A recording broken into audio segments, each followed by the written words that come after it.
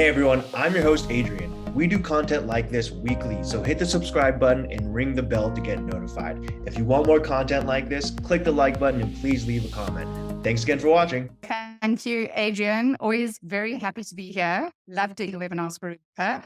So I am going to jump in. We've got quite a lot of content to get through, and then I want to make sure we have time for questions. Oh, we can get past all of this. I put learning objectives. That's for you to have a look later. This is what I want to talk about, right? We're going to be talking about this equation, this really important equation that when we have genetics, we put it together with epigenetics, it's a driver for health. And we are going to be unpacking what this means, what this looks like, and how they work together. Now, this slide, there's a lot of like polarity and anger happening here. And the reason I put this slide in is because there's a lot of conversations happening in the marketplace about this idea of genetics versus epigenetics. So we were seeing a lot of things of, oh, you don't need genetics, you just need epigenetics. Or you don't need epigenetics, you just need genetics. And like thinking that it's like an either or conversation. And I want to propose a different way to think about it. This is the way I think about it, which is the yin and the yang. They absolutely go together when we're looking at a health journey, whether it's prevention, whether it's managing, whether it's just optimal health. We always want to bring together these two conversations. And of course, one of the challenges is understanding what exactly is meant by genetics and what is meant, especially challenging, epigenetics, because epigenetics is a term that is used by so many people in so many different ways that it can often be very confusing what is meant by that. So let's dive in. We're going to start with the first concept, which is genetics. I want to make sure that you have a very clear understanding of the difference between genetics and epigenetics. So forgive me if I do some basic nutrigenomics, but it's never a bad thing to be reminded of the basics. So genetics is about genetic variation. It's about DNA sequence code. And I always talk about genetic variation around the word insight. So what kind of insights can we get about who we are and how we respond to the world around us? So we have this DNA sequence code. It's 3 to 4 billion of these letters. I call them genetic letters, G, C, A, and T. There are only 4 of them. And like any language, when we have letters, we can make words, we can make sentences, we can tell stories. It's no different with genetics, right? So in genetics, we're going to take our 4 letters, we're going to make them into words. And genetics, words are always 3 letters. These words, when they come together, make a sentence, which is usually like protein, put a whole lot of proteins together, and we land up with a story about who we are. But what is interesting about genetics is the variation. So 99.9%, we're identical with each other in our code, but at 0.1%, we are different from each other. So what can that look like? Where you're seeing in this picture kind of a GCA, and by the way, why I love this picture is these 3 letters, remember I said 3 letters makes a word? In genetic language, that word is an amino acid. So every time you have 3 nucleotides or 3 genetic letters together, you're making an amino acid. String together a whole lot of amino acids. We have a protein. Proteins are enzymes and hormones and neurotransmitters, everything that makes our body work. Right. Now, let's have a look at what happens when there's variation. So this is a little bit more complicated because it's telling you that there's multiple ways in which we can get variation. Most of us are very familiar with what we can call the substitution, where some of us will have a C and some of us will have a T. Some of us have a J and some of us are, a G and some of us will have an A. But you're also familiar, especially if you use 3x4, with the concept of deletions and insertions, where sometimes the gene is actually deleted when one of the letters is missing. An example of that is GSTM1. So we know that when we get these single nucleotide polymorphisms, one change in one of the nucleotides, they can change the amino acid, they can change the protein. I'm going to move through this really quickly. We've got person A and person B. Person A's got an ACG. Person B's got an ACA. We have a different amino acid that's made in a person A and genotype A. And when we create that protein, it's possible that there's a change in that protein. It either increases enzyme activity or decreases it. It can move where the enzyme is functioning, or it can even delete the function of the enzyme completely. So this is really just giving you the quickest version of Nutrigenomics 101. Now let's talk about epigenetics. So if that was genetics, what is epigenetics? And the key theme behind epigenetics is going to be this idea of switching on and switching off genes. So there are some different epigenetic modifications. The main one that we'll be talking about today is DNA methylation, but there's also genomic imprinting and then kind of chromatin modification or histone decoration. We're not going to be talking about that today. The reason I've underlined that is DNA methylation is the space that you are going to encounter the most. So it's a really extraordinary thing that happens when there is an embryo that is formed. We get something called a wave of demethylation. So think of methylation as tags. They're methyl tags, little markers that are attached to our genes. We'll talk about that. And so who I am and the way my genes express themselves or switch on and switch off is defined by where my tags are attached to my genes. When an embryo is, our genes are clean. We call it demethylation, where we get a new start and it wipes out all our markers. And basically, once the embryo starts growing and born, we have a new kind of methyl profile. That's why prenatal nutrition and exposures is so incredibly important, because it's during that time where these methyl tags will be attached. Interestingly, and on a side note, which is not for discussion today, not all the methyl tags are actually removed, and some stay. And I don't know if any of you have heard about the idea of kind of this ancestral trauma where we've seen grandparents, parents, children.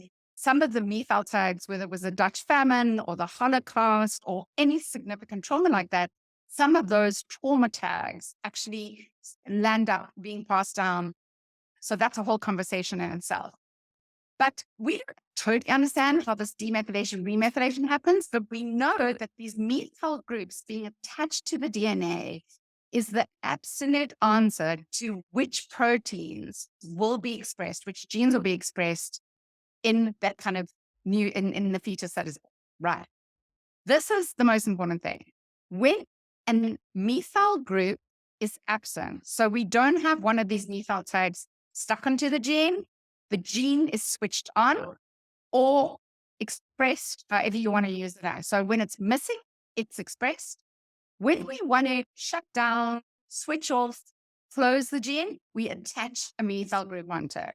So the presence of a methyl group leads to the silencing. So often that's a word you'll see, silencing of gene expression. So attach it, it switches a gene off, take the methyl group away, switches a gene on. Okay. So interestingly, I'm not going to go through this slide too much, but you can read about it because you're going to get the slides, is the whole thing about 6 chromosomes, the XX and the Y chromosome, that the Y chromosome is really what is happened where parts of the X chromosome have actually been deactivated and the Y chromosome is what is expressing. So this is just something that I put in that is so interesting, but unfortunately, we're not going to have a lot of time to talk about it today. When I started out and talking about epigenetics and gene expression was actually quite new for us. I had this idea that the thing that was the most important was the food we ate and the exercise we did. And I guess something like toxin exposure would change our epigenetic expression, would change the way our genes switch on, switch off. And over the last decade, I have been exposed to so much incredible literature and have come to understand that every single thing we do, every minute of every day will determine how our genes express themselves. So just to give you some idea of how extensive, if you look at this image, and remember you will get the slides because it's probably a bit small, pharmaceuticals, mood state, so connection, loneliness, a hug, a smile, a laugh, being part of a community, your microbiome, toxin exposure, drugs, complementary medicine, acupuncture, Reiki. Every time that is being done, you are switching on, switching off genes. Even the seasons. Living in Seattle, I can totally attest to the fact that the winters will change gene expression if you live in Seattle, right? Diet goes without saying. disease exposure, social interactions I mentioned before about connection, networking, hugs, laughing, gamma rays or radiation, and then of course, exercise. So when we think about who we are, the moment we wake up in the morning, we're making a decision about numerous things, whether we're going to go and give our kids a hug, what we're going to eat for breakfast, which coffee we're going to have, how much coffee we're going to have, what kind of toxins we're going to be exposed to. Every single decision, every minute of the day is going to change those methyl tags, switching on, switching off genes. So I talk about DNA sequence code. Remember the genetic variation as insight, but I talk about epigenetics as action because our epigenetics is affected by our daily choices. And therefore we can curate those daily choices to express our genes in the best possible way or to silence the gene that we don't want switched on. I love this article because sometimes people say to me like, but how do I get my genes to express myself really well? So it's just one article, but I really love it because what they found in this article that if an individual is eating 600 grams of fruit and vegetables a day, they get the most optimal gene expression. So I always like to say to patients, let's go into your fridge, let's get a scale and figure out what does 600 grams of vegetables and fruit look like. And obviously you don't want just fruit, you want those vegetables in there to get a sense of what is that like real optimal intake look like that we can really get our genes switching on and switching off. So really a great little article as well. Before we launch into examples of what genetics and epigenetics looks like, I just want to touch on one point that over the last couple of years, we've seen a lot of companies offering epigenetic tests and a lot of clinics that are using epigenetic tests like True Age, where you get like an epigenetic age that kind of compares against your biological age to see what, how your choices are affecting you. What they're testing in these epigenetic tests are your methylation markers. So they look at like tens of thousands of genes and the methylation testing identifies if a methyl group is attached or it's not. So whether the gene is expressing or the gene is not expressing. And they can look in different areas. Where this work has been probably most successful is in this concept of chronological age, where I think this is actually my report, where my epigenetic age is a couple of years younger than my biological age. That's great. And you always want to stay in that. But one of the issues around epigenetic testing is it's very data driven. And I always say, like, in my opinion, and this is truly only my opinion, I'm not speaking on behalf of 3x4 or anyone else, is that epigenetic testing is where genetics was 15, 20 years ago. When genetics really started growing up in the marketplace, our ability to test genetics was better than our ability to translate genetics. And that often happens where technology follows a very fast curve and clinical translation follows a much slower curve. And that's definitely been the journey of genetics. And that's very much where we are in the world of epigenetics, where we are now able to test, and it's really interesting, but we don't know how to translate the incredible amount of data that we're seeing. But watch the space because there's no doubt in my mind that we will see epigenetic testing growing and becoming more part of our conversation in the next decade. But for me, I think that other than the chronological age, it had some time to go.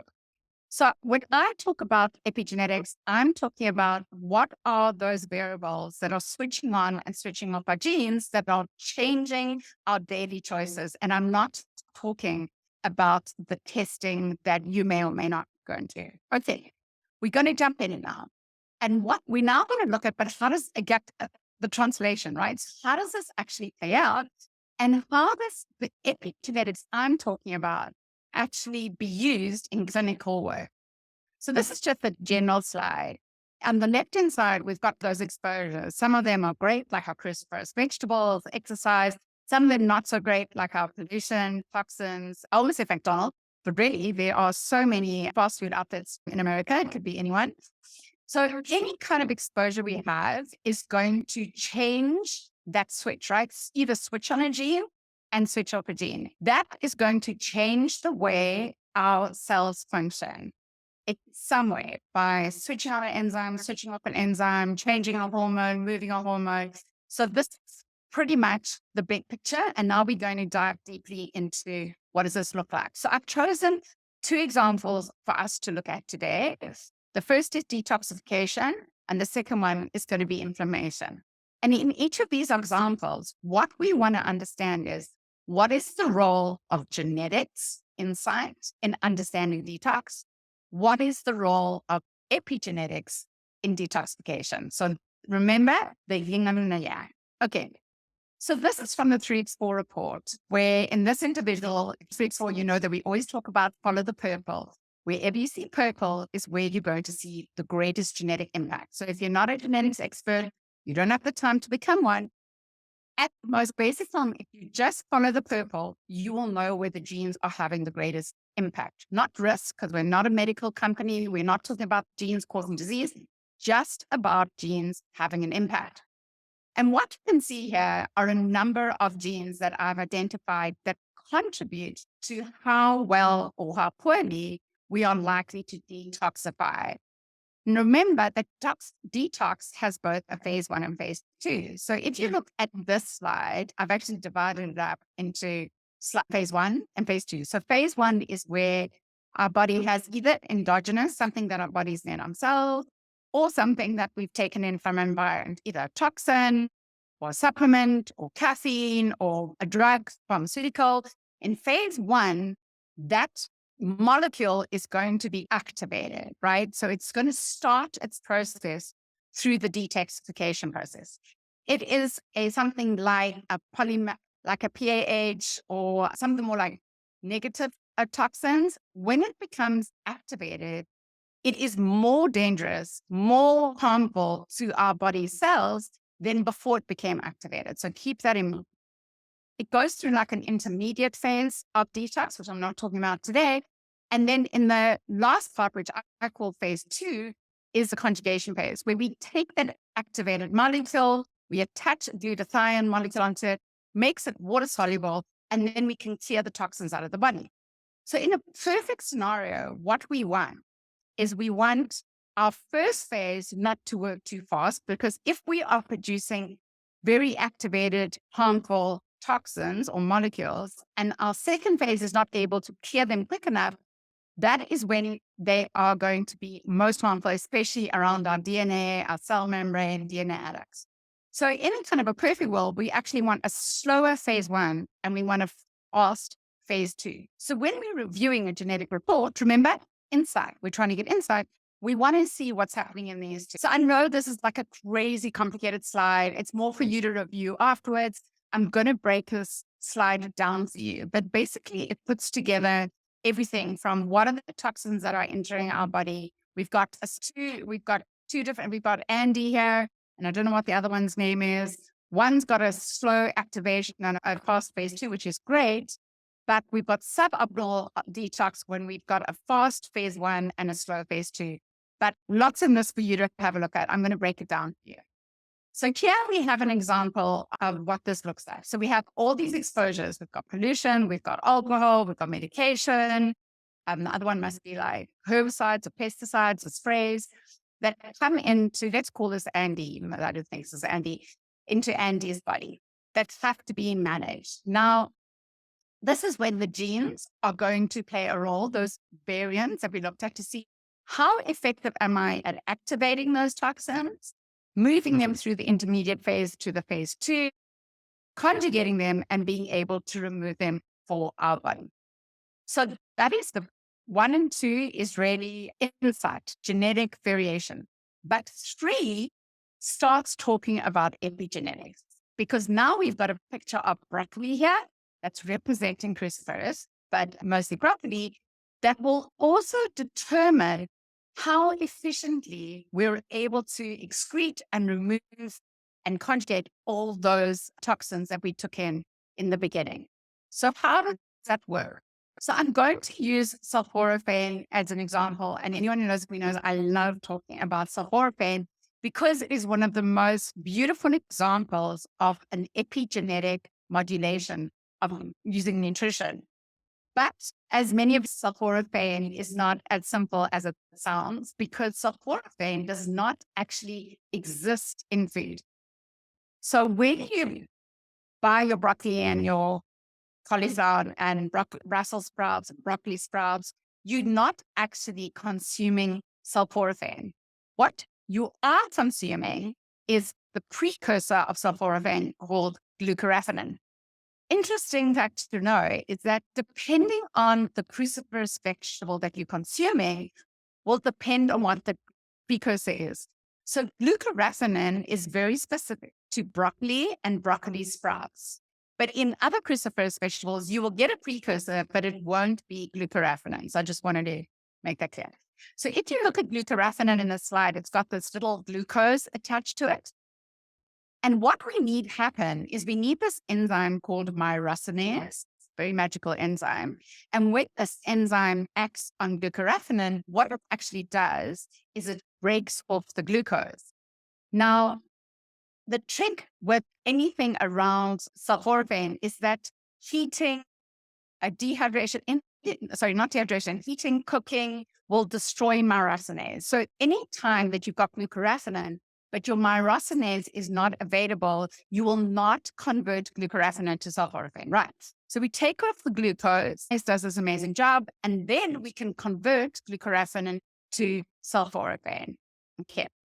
When it's sulforaphane, it is now a bioactive compound. So when it was glucoraphanin was inactive, the other thing is the best way to activate myrosinase is actually by chewing and cutting. So when we take like a fresh broccoli, raw broccoli, we chop it up and we make a salad out of it, and then we chew it nicely. We're activating all of that myrosinase, which is converting our glucoraphanin to sulforaphane. So not an easy story to get. And that means when we're cooking our broccoli, doing anything like we're not getting the benefit of getting sulforaphane. Okay. Now, why is sulforaphane such a big deal? Why do I love it so much? And why is it part of our epigenetic story? Because what it does, it's actually what we call a weak pro-oxidant. So I don't know how many of you have had this conversation around what we really value in nutrition sometimes is actually a pro-oxidant, but it's very weak. And this is exercise is another example, but only when you're not over-exercising. But what it does is it triggers a defense response in our body. So when we have this little pro-oxidant, but it's very weak, it switches on a transcription factor called NRF2. And NRF2, forgive me for those that have heard me speak before, but it's such a great analogy. When you walk into your house and you switch on the light in the hallway, and then you walk to your kitchen and switch on that light, that's one light at a time. Switching on genes one at a time. But if you walk in and you've got a very fancy setup in your house and you switch on one light switch and it switches on all the lights in the house, you've got a transcription factor light switch in your house. The ability for one switch to switch multiple. And this is what happens when we consume broccoli in a form that produces sulforaphane. Sulforaphane triggers this defense response, which switches on NRF2. And when NRF2 is switched on, there's about 500 different defense genes that get switched on. So it's like that multi-switch. So it's the absolute like first prize gold medal is to be able to switch on NRF2, because if we can switch on NRF2, it's anti-inflammatory, decreases oxidative stress, improves detox, improves methylation. It's the winner. So just some examples here that's showing you when look at sulforaphane. So lots of people say there's lots of ways we can switch on, we can activate NRF2, and there certainly are. But have a look at which compound is the most powerful in terms of activating NRF2. And you can see in the red, sulforaphane by far is the winner. So there's absolutely no doubt that sulforaphane is the most powerful molecule to be able to switch on NRF2. Here's one of the reasons why sulforaphane is also fantastic, is the bioavailability. So you can have great compounds, but if they cannot be absorbed through our gut, through our epithelial cells, they cannot have the impact that we're looking for. So again, you've got beautiful compounds like quercetin, curcumin, so they're great. But look at their biochemistry, look at the molecules, and you'll see that sulforaphane is this lovely, long and slim molecule. So when it arrives at the epithelial cell, it can slip in really easily. Whereas the ones like curcumin, turmeric are more bulky and less is absorbed. So bioavailable is how much of the compound will I actually absorb and be able to utilize. So you can see now why sulforaphane is my favorite. It's super powerful as an NRF2 activator and it's super bioavailable. Okay. So that gives you an idea. Just to recap, detoxification. Why is genetics and epigenetics important? From a genetic point of view, we're going to have to look at all those genes. We're going to determine phase 1, phase 2, how optimally am I activating and conjugating and removing toxins from the body. That's our insight. Now our action. So I find out that I've got purple in my detoxification. I'm not optimizing my detox genes. How can I impact that? One of the ways, and there are other ways, is I want to switch on NRF2. The other thing about sulforaphane is it doesn't only switch on NRF2. It switches on the GST genes. It switches on NQO1, quinone reductase, one of my favorite genes. So it's not only switching on NRF2. By itself, it's also upregulating or increasing the GST genes in the ability to remove toxins from the body. Okay. So you can see from detox, perfect example of using the insight from a genetic test and then using what you have in nutrition to be able to switch on the genes to help clear toxins. We're going to do the same thing now, and we're going to look at inflammation as an example. I hope you're thinking of questions as we go along. Right. Let's have a look at inflammation. So I don't need to tell you, you're all probably better trained in this than me. We're not talking about acute inflammation. We're talking about chronic inflammation, although understanding that exposure to acute inflammation can transition into more long-term chronic inflammation and all the disease conditions associated with it. So this is just, again, recap of things that you all know, that at one of the core cellular processes that is at the base of so many of our conditions is inflammation. And that's why in the 3x4 test, you will always see at the top, inflammation, methylation, oxidative stress detox, because you always want to go upstream and look at core cellular processes and what is happening there. What are the insights you can get there before you start looking at, but why have we got autoimmune? I always say genetics is a why. Why am I seeing this? Why am I seeing cardiovascular? Why am I seeing cancer? Let's have a look at the genes. Not the total answer, but a huge piece of the puzzle. Okay. Of course, inflammation, like detoxification, is not just about genetics. It's going to be about all exposures. Now, going back and remembering about the picture I had earlier in an earlier slide, where we had all those epigenetic factors, drugs and weather and social and radiation, it's the same conversation around inflammation. It can be everything from diet, toxins, obesity, the microbiome, exercise, sleep, social isolation and inflammation, smoking. So there's many things that are going to impact our susceptibility and our engagement with inflammation. But of course, we want to look at, in addition to all of these factors, what is the role that genetics is playing? So again, we're just having look. Remember that everything in 3x4 is polygenic. So we group all the genes together that impact inflammation. You can see on the right-hand side the genes that we score together to see how your genes are impacting inflammation. And you can again see by the color coding which genes are having the greatest impact. And this is just an example of the genes that we believe to be the most impactful in terms of inflammation. I actually have given you a little synopsis in the 2 slides of what those genes are, and basically like a little sentence about what role they play. This is not for us to go through in the presentation. This is really just for your interest. And of course, at 3x4, we've got a whole clinical guide with huge background on each of these genes. But it just gives you an idea, because not every gene is like exactly about inflammation. But remember that oxidative stress and inflammation are a vicious cycle that feed each other round and round. So when we look at inflammation, we also want to look at what's happening around some of the genes around oxidative stress. Okay, here's your second one, which gives you more genes. But I'm going to just give TNF alpha as an example. Tumor necrosis factor alpha is one of the probably most researched genes, and certainly one of the original genes 4 decades ago, where they started studying genetics and inflammation. And so I'm going to use this as an example. So we have two SNPs that we look at TNF alpha, minus 308 GA and minus 238 GA. I'm going to talk about this one because this is the most powerful, the most impactful of the two. And when we have a homozygote, so two copies of the SNP and AA, what happens is we get an increase in TNF alpha transcription, a twofold increase. What does that mean? It means when we take the DNA and we are making the TNF alpha protein, that process is called transcription. We're actually double the amount of the TNF alpha protein when we have the AA than when we have the GG.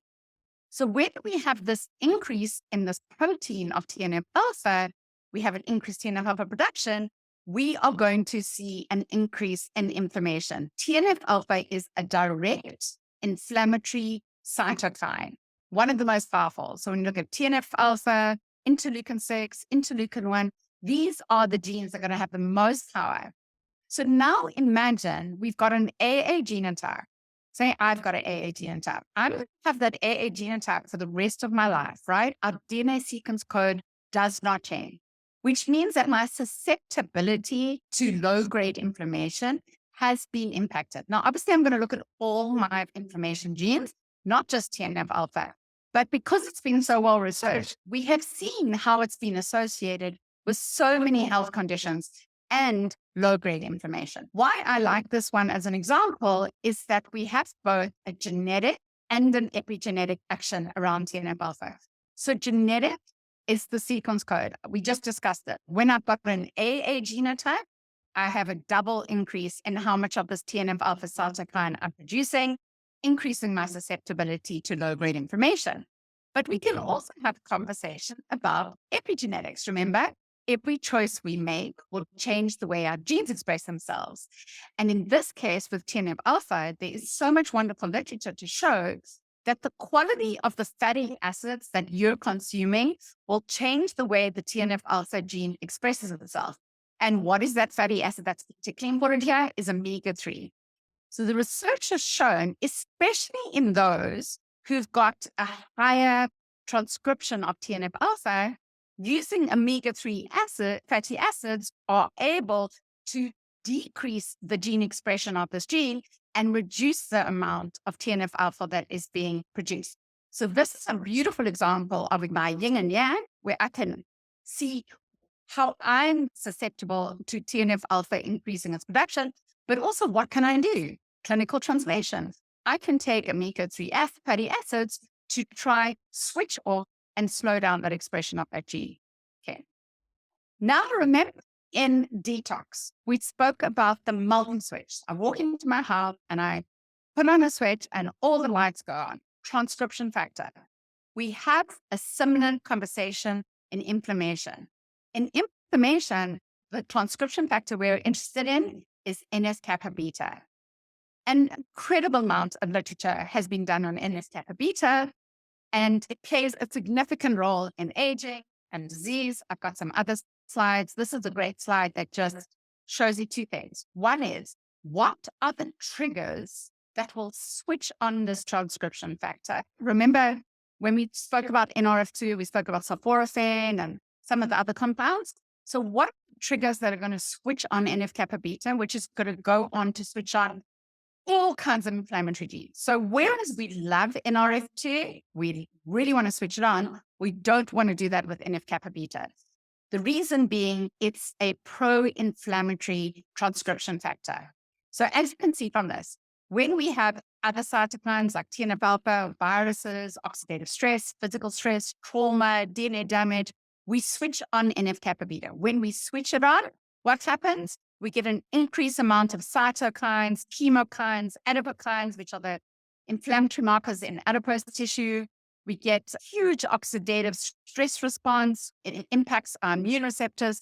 So in this case, we don't want to switch on the multi-switch. We might want to actually decrease the multi-switch.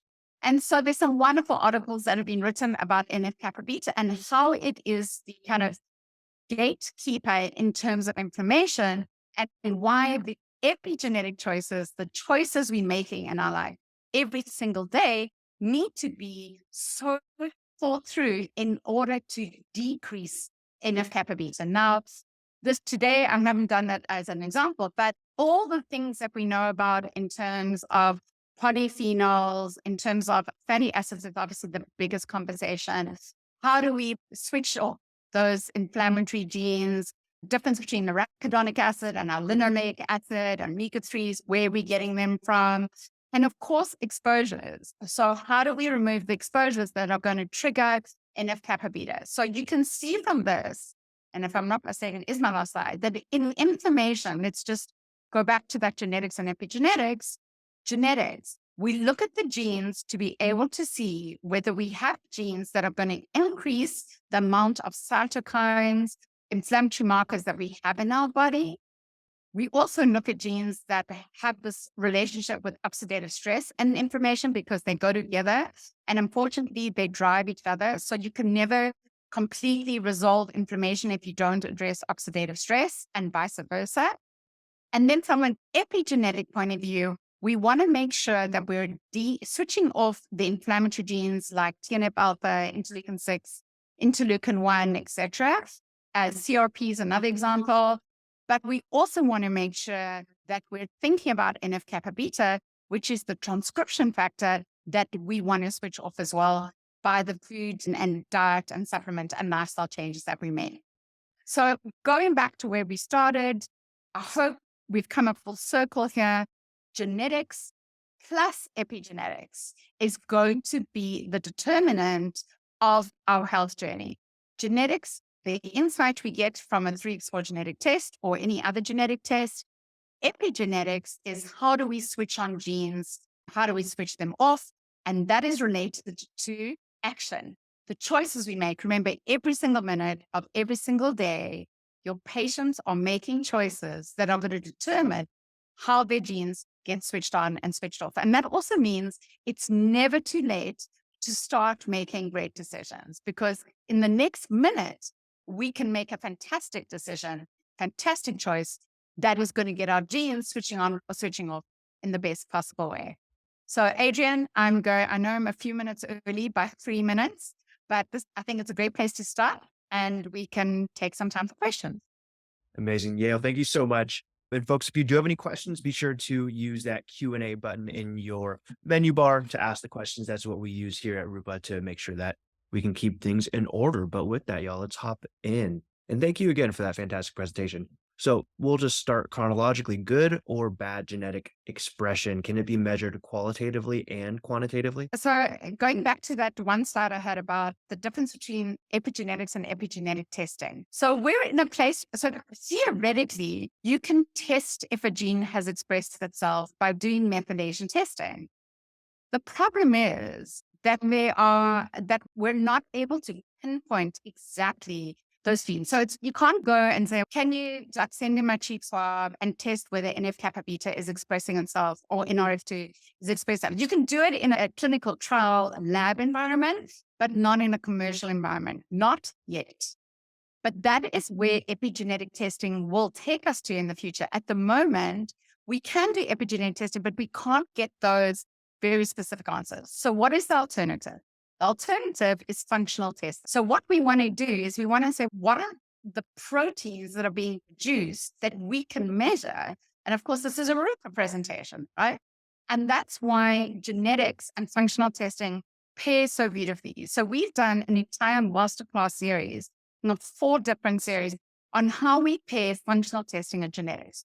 Because until epigenetic testing will give us answers on whether a gene is expressing or not, the best way to do it is to be able to measure whether the protein has been impacted or not. And the best way to do that is with functional testing.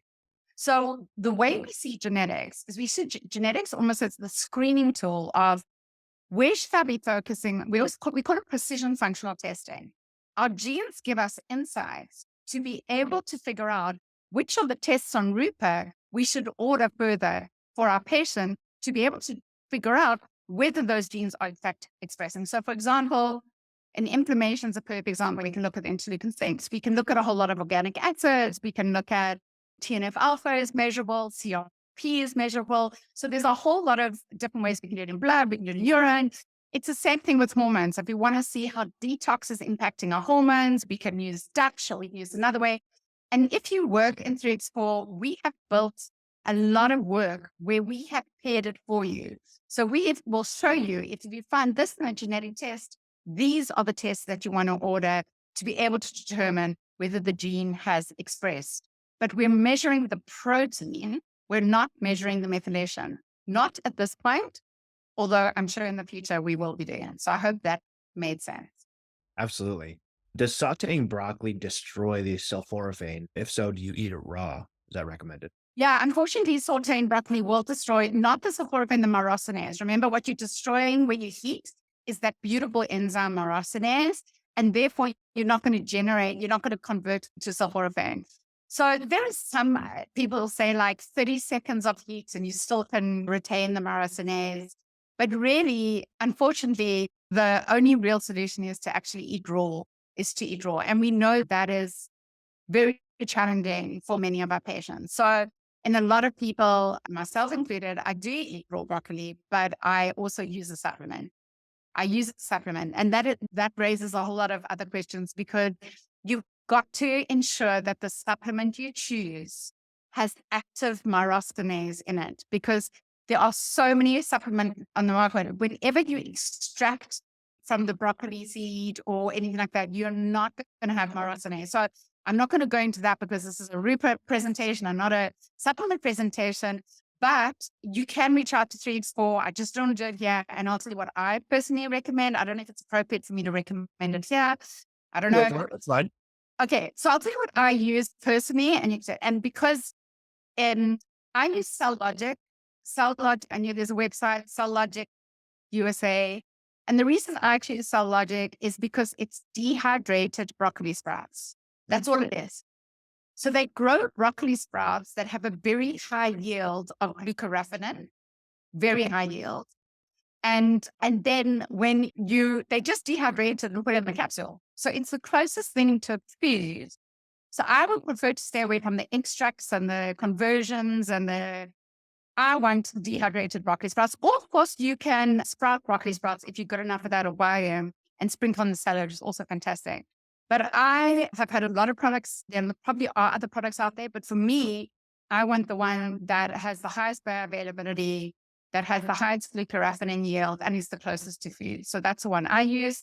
So there's a question here, if you don't mind me answering it, Adrian, around a lot of people talk two things. Adding mustard seed to foods theoretically can help with that myrosinase conversion. Theoretically, it can, but it's not really a practical solution. So you're like, oh, you can eat broccoli, you can eat your broccoli, you can saute it and throw mustard seeds into everything. You won't get a full conversion, but you will get some conversion. Yeah. So it's a nice idea in theory, but it's not really practical. The other thing that people often say is that you generate myrosinase in the gut that converts glucoraphanin. Your gut microbiota can convert glucoraphanin to sulforaphane. It can, but there's a couple of ifs. First of all, the state of your gut. So if your gut is absolutely brilliant, most of your patients won't be. They'll all come to you with a version of gut dysbiosis, right? So you've got to have an absolute optimal gut. That's the first thing. And the second thing is you don't know how much is converting. It's not the same. So it might be more, it might be less. So you're taking it, but you actually don't know what you're getting out of it. So I prefer to know what I'm getting, know what my conversion is going to be, know what dose I'm getting, and know that I'm going to have the impact on my NRF2 and GSTs and other genes. So that was probably more than was asked. But No, that was fantastic. I'm sure Lauren appreciates that. How can they use this information to evaluate poor detox pathways that are seen on hormone tests when looking at COMT and other pathways that may be slow on patients? I just want to make sure I got the question right. So how can they use, do you want to just say it again, Adrian? I want to make sure. Yeah, it is. How can I use this to evaluate poor detox pathways seen on hormone tests, such as Dutch, when looking at COMT and other pathways that may be slow on patients? Okay, great question. So we could get a hormone test like Dutch, and you can see that the hormone pathways have been impacted in a suboptimal fashion. Question, why? Why? So I love functional testing, but functional testing doesn't give you the why. Why did this patient's Dutch test look like this? Now, some of it will be environmental, anything, but a lot of it will be genetic, because what you want to understand is where, and I've had Dutch done many times, I really like it, but my question is, why did my estrogen metabolites follow that pathway and not follow this pathway? And the answer lies in their genes. So that's why they pair together so well. So when I have a Dutch test result, I want to do a genetic test. If you did a function test first, I would go back to the genes and find out where in all those SNPs did we find a suboptimal function to be able to work out where your intervention needs to be, because you know where your Y is. And remember, COMT is a great gene, but it's one gene. And if you look at only COMT, you might not get the answer of why your Dutch test results are looking like, because you might be in phase 1. It might be in QO1. It might be CYP3 or 4. So that's why we love the two together. Genetics gives the why, and functional gives the result. And so if you've done a functional test and you want to find out like the why, so I think I've got a beeping thing here, my apologies, then No problem. you can always go back to genetics and figure out but why am I seeing the results that I'm seeing? What should people with BRCA1 or BRCA2 mutations do? So BRCA mutations are what we call high penetrance gene variants. So they're SNPs, just like I showed you, they're genetic variation. But you get two categories of SNPs, high penetrance, low penetrance. The word penetrance really can be used for impact.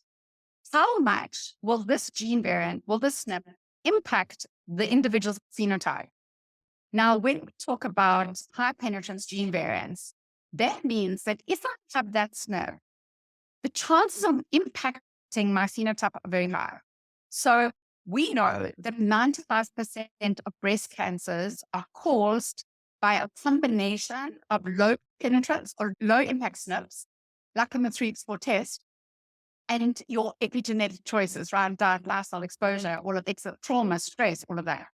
Only 5% of cancers will be the result of high penetrance gene variants like BRCA, okay? Where the gene variant is very impactful and the diet and lifestyle plays a less role. But, and there's a big but, if you have the BRCA gene variant and you get a positive result, we don't test BRCA because we don't work in the high penetrance space. Your chances of getting breast cancer are between 40 and 80%. Wow. Now, that's a huge difference. If someone says to you, you've got BRCA, but there's only a 40% chance of getting breast cancer, so there is a huge amount we can do, or 80% chance of breast cancer. So what determines why one individual will have the same SNP in BRCA, but actually have a much lower risk of getting cancer, whereas someone higher? The answer is in a paper that came out in 2020 by Farhead. Brilliant paper. Happy to share it with all of you. And basically what it said is the reason why someone will go on to express that BRCA gene, remember you can have the SNP, but not express the gene and get the breast cancer, is determined obviously by diet and lifestyle, but a huge part of it is the polygenic environment. So whether that 5% of breast cancers that I spoke about gets expressed is determined by the 95% of what is happening in detox, oxidative stress, inflammation, methylation, hormones, all those other pathways. Polygenic environment, like polygenic ecosystem, will determine whether those high penetrance gene variants actually get expressed. So we should never think that it's, again, an either or conversation. Because a lot of people, when they started with BRCA, thought, I've got BRCA, I'm going to get breast cancer. Absolutely not. It's the same conversation. I've got ApoE, I'm going to get Alzheimer's. Absolutely not. Absolutely not. ApoE is one gene variant that is associated with Alzheimer's. There's so many other genes that will impact that, and so much that can be done. So we must be very careful not to jump on this single gene idea. There are some diseases that are single gene, cystic fibrosis, sickle cell anemia, like those hardcore diseases where you have the gene, your chances of getting the disease are very high. But otherwise, there's always a role for this polygenic environment and, of course, for our choices. That was a You always long answers for short question. It's the best. There's so much information there, and it's just the fact that there's so many variables allow you the opportunity to make those changes, right? It's not just you have BRCA, you're done for. There's a lot that you can do to influence it. So thank you so much. How do you know if COMT is fast or slow? From the genetic results. Okay, you chose like the hardest SNP to explain. COMT is, I call it the Swiss Army knife of genes. And the reason I call it that is because it is so impactful in so many different biochemical pathways. So COMT will in fact influence hormones, but COMT is a methyltransferase. So it'll impact methylation. It'll impact estrogen. It'll impact serotonin and dopamine levels. So when we look at COMT, we look at it in the context of the biochemical pathway that we're interested in. So when you've got a GA COMT SNP, the AA might be slow and meaningful in methylation in one way, but might be impacting estrogen in a different way. So we try not put a label, especially on a gene like COMT. There are a few others like PPR gamma, which is the same, that I always teach, don't put a value judgment onto SNPs. I know that sounds funny, but don't judge them. Remember when nutrition in the years back, we had like super good foods and super bad foods. Don't do that to SNPs. SNPs are information. They're evolutionary biology. They're how we evolved to interact with our environment. And it's not that we can't give you information on whether we got decreased enzyme activity or increased enzyme activity. That is a more accurate way of reviewing COMT, and we will give you that genetic result. But understanding how that genotype will impact the biochemical pathway is more important, and COMT will be different depending on the pathway that you're looking at. All of this gets taught in 3x4. It gets explained. We've got it for you, but it's a more complex issue than just is COMT slow or fast. I know that we are a little short on time, folks, so I'll finish up with the last couple questions here. Are there interpretation guides, and what assistance is there for physicians to discuss these tests with 3x4 and their team? Yeah, so I mean, for 4 years before I started 3x4, I built an education company training practitioners around the world in translational genomics. That got brought into 3x4. We have all kinds of education. We have a mentorship group that are just extraordinary, where you can get group mentorship, one-on-one mentorship, clinic mentorship, where they sit with the report, with your case study, with everything you know about the patient and help you. So you've got education, mentorship, and everything. But the magic happens in something called the clinical guide. And the clinical guide basically is an interactive textbook of nutrigenomics that I've been building kind of my whole career. And in this textbook, you will find everything about the genes, the pathways. You'll get diet, lifestyle, supplement recommendations, as well as functional test pairing, test recommendations. You will get what is the gene, what is the allele, how does the allele impact the pathway, and you'll get something called clinical notes, which is, but how does this actually change the way I think about my patient's treatment? So there is 3x4 Community. You order on Rupa, but you can access 3x4 Community. And there is an amount of $99 you pay for a year to be able to get unlimited mentorship, access to our interactive textbook, but all as well as our one for men. So it's all there. If you just go to 3x4 Community, you will find everything that I've spoken about. So yeah. 3x4. We'll follow up with that information in the follow-up email. You answered that last question, and I feel like why people should work with 3x4, and there's so much information there, but I'll let you close out. Do you have any final thoughts for the folks who joined us today? So why they should work with 3x4? Okay, I'll do my elevator pitch. So one of our key differentiators, the one is polygenic. So we group genes together to see how the whole area is being impacted by the gene and not just look at single steps. Second thing is our report is beautiful. It's got colors, it's got images, the pictures change. We want your patients to be engaged. We want them to be excited and take on the story of what their genes mean to them in their life. The next reason is our community platform is incredible. We've got more education than you can get through in your life, from 5 minutes to 30 minutes to an hour. We have incredible events that we do every single week. We have the best mentorship team, so you're never alone. There's always someone to hold your hand. and we have a multidisciplinary environment with multiple specialities. So I think that's the elevator pitch, that we really try and guide you, nurture you. And everything we do is about clinical translation, not just about data.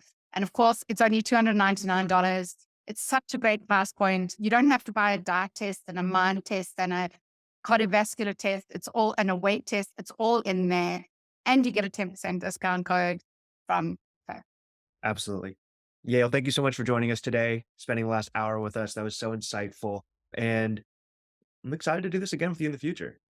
Excellent. I look forward to doing maybe a topic next time, weight or something. I love talking about weight. That'd be great. And I'll see you in Vegas in December. Brilliant. Look forward to it. Thank you, everyone. Thanks so much for joining. Really appreciate it. And we'll see you next time.